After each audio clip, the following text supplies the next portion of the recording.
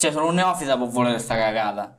Ciao e bentornati su Metal Muffin. Oggi parleremo del Tone Capture della Moore. A cosa serve questo pedale? La funzione di questo pedale è quella di catturare il tono, un po' come dice il nome, cioè l'equalizzazione di una chitarra, di uno strumento, per poi andarla a replicare su un altro diverso. Per fare questo confronto noi utilizzeremo due strumenti che stanno agli antipodi e con due configurazioni totalmente diverse, ossia il pick up al manico di un Gibson Les Paul e il pick up al ponte di una Telecaster. Il pedale si presenta in uno chassis molto compatto, abbiamo delle regolazioni oltre alla cattura del timbro per poter andare a scolpire un po' di più il suono che andiamo a catturare, e sono il volume o livello, gli alti, due tagli sulle medie, i bassi e questo tastino che servirà a fare praticamente tutto. Andiamo ad accendere il pedale. Come vedete il banco è a luce fissa perché già è presente un preset, quindi andiamo tramite questo tasto, premendolo una volta, a cambiare banco. Ne abbiamo 7. Questo è pure pieno, questo è vuoto, se vedete lampeggia. Andiamo adesso a effettuare la prima operazione, cioè campionare il pick up al ponte della Telecaster. Per farlo dobbiamo tenere premuto il pulsante del pedale, si accenderà questa lucina rossa, ecco vedete, questo vuol dire che siamo pronti a campionare e quindi Alfredo potrà cominciare una volta che avremo cliccato nuovamente sul pulsante. Andremo adesso a campionare la chitarra da replicare poi sulla chitarra che andremo effettivamente a usare, quindi andremo a catturare il timbro che ci interessa replicare. Siccome la dicitura sul pedale, a parte per i colori, non è molto chiara, per essere più semplici possibile le chiameremo come chitarra A e chitarra B e non ci confondiamo come abbiamo già fatto altre volte. Pronto Alfredo? Prontissimo? Let's and go!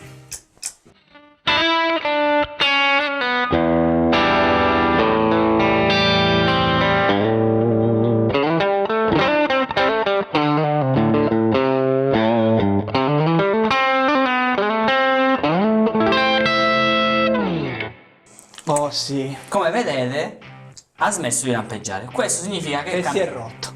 oltre questo la chitarra è stata campionata. Ora dovremo semplicemente cliccare una volta questo LED rosso e diventerà magicamente blu. Oh sì, Questo significa che il pedale è pronto a campionare nuovamente, cosa però la chitarra su cui dovremo replicare questo suono, quindi la chitarra B. nel nostro caso il Les Paul.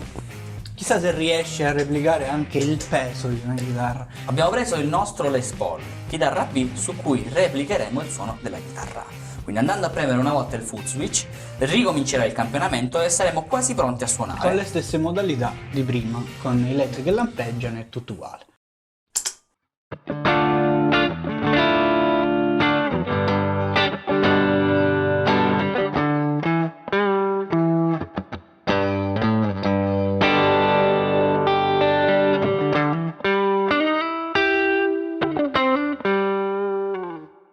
Come vedete ha finito nuovamente di lampeggiare. Questo significa che è stata campionata anche la nostra chitarra B.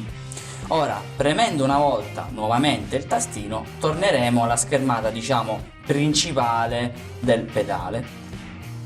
Oh yeah! Come vedete lampeggia ancora, significa che non è stato salvato. Tenendo premuto di nuovo il pulsantino andremo a storare, in questo caso nel 2, la campionazione appena effettuata. A questo punto dovremmo riuscire a suonare con il pick up al manico della Gibson come se fosse un pick up al ponte della Telecaster, sarà vero? Andiamo a sentire la chitarra in maniera non filtrata dal pedale e poi andiamo a sentirlo dal pedale acceso.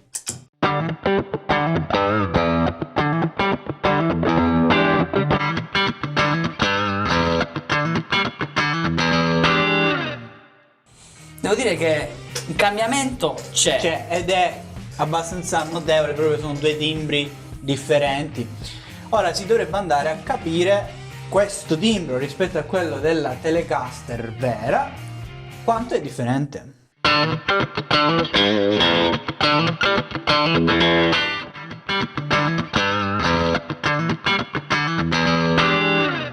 Questo pedale ha un costo di circa 90 euro, si trova anche su Amazon. Dobbiamo dire che onestamente si sente che qualcosa fa. Oltretutto, se il timbro non vi convince ancora troppo, vi ricordiamo che esiste l'equalizzazione che è presente e si può utilizzare per andare a scolpire ulteriormente il suono. Ad esempio, in questo caso, nel confronto che abbiamo fatto noi, quello che io ho percepito è che l'equalizzazione effettivamente è stata replicata sulla chitarra, poi subentrano tanti altri fattori come il fatto che quella è il quadruplo del legno rispetto a questa, quindi in ogni caso suonerà un po' più tonda e per questo penso che siano stati fatti anche questi potenziometri per aiutarci, no? A parere mio, il feeling che dà all'orecchio, quindi la sensazione che percepite è sempre quella di come se stesse suonando con un plugin, è sempre quel po' di cartone, io dico. Che non è che è male per certi versi, però ecco, non è la stessa cosa dello strumento vero, dell'amplificatore vero, di un Alfredo vero. Questo è un clone e si vede, non capisci un cazzo. Come potremmo consigliarvi di usarlo? Magari con un'acustica, perché no? Il problema di molti chitarristi live è mi secco portare l'acustica per 2 brani. No, comunque è scomodo, dai, È non scomodo. siamo così pigri, siamo quelli che si portano gli amplificatori 4x12 nelle 500 vecchie. Campionerà decentemente l'acustica? Let's do it. Abbiamo campionato anche la nostra chitarra B, adesso vediamo se il pedale riesce a restituirci un feeling analogo a una chitarra acustica. Vediamo.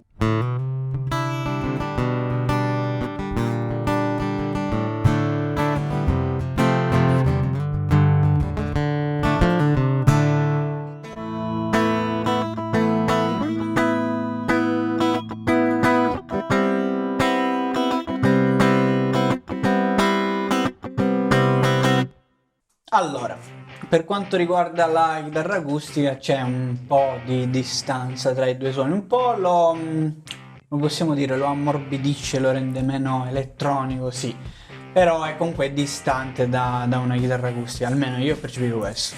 Diciamo che non è neanche facile emulare un'acustica perché il suono dell'acustica non è dato solo dalla chitarra stessa, dalla cassa armonica che già fa tanto. Cioè già è costruita in modo diverso. Già una bella differenza dalla chitarra elettrica, è data anche da come la suoni. In che senso? Live, perché questo stiamo ipotizzando per un pedalino di questo genere, quindi l'utilizzo live per evitare di portarsi 8 chitarre, la chitarra acustica andrà di solito usata in maniera differente, con una DI mixer, con un amplificatore per chitarra acustica. Di sicuro non entrerà nella pedaliera e uscirà dal vostro Mesa Boogie.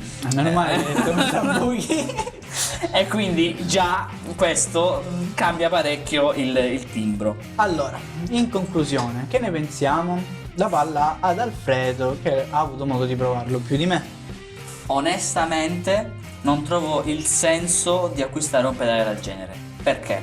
Non perché in senso molto stretto suoni male o faccia male il suo lavoro, ma se io ho l'esigenza di avere più timbri di chitarra e la chitarra che vado a campionare poi mi suona un po' inscatolata, un po' di cartone, comunque si sente che è un'emulazione, e allora perché andarle ad emulare un altro strumento e non lavorare su quello che ho già fisicamente, visto che il timbro comunque si sente che è sempre un po' finto, non è brutto ma rimane digitale. Certo, è diverso il discorso se magari siete un chitarrista alle prime armi che sta magari anche costruendo la sua prima pedaliera e dispone di 1-2 chitarre e di amici come io e Alfredo con tante chitarre. In quel caso va a casa sua, lo butta fuori di casa e poi si chiude là dentro, quindi non c'è bisogno del pedale. No, non è vero, in quel caso può essere una buona soluzione temporanea per avere suoni differenti, timbri differenti e quindi una varietà sonora discreta. Il prezzo non è neanche dei più accessibili per il catalogo Mover. In catalogo troviamo pedali anche a 60 euro, qua stiamo parlando di una novantina. Se sei un chitarrista alle prime armi e ti stai facendo i trip mentali perché vuoi avere tanti timbri, perché vuoi un pedale compatto, vuoi fregare le chitarre dei tuoi amici lasciandole pur fisicamente a casa, lascia stare e comprati un TS9 che ti accompagnerà tutta la vita. Impiega i tuoi soldi in questo. Mover, so che i nostri iscritti sono 5, ma se voi che consigliamo di comprare questo prodotto, faccia i soldi. In conclusione, in descrizione trovate tutti i link alle nostre pagine social, alla nostra prog metal band, con cui abbiamo succulente novità per prima metà 2021, quindi iscrivetevi per non perdere nessuno dei nostri video e stay addicted. Alla Telecast. Ora me la prendo io, tu non la rivedrai mai più. Ciao! Stavolta non dico niente.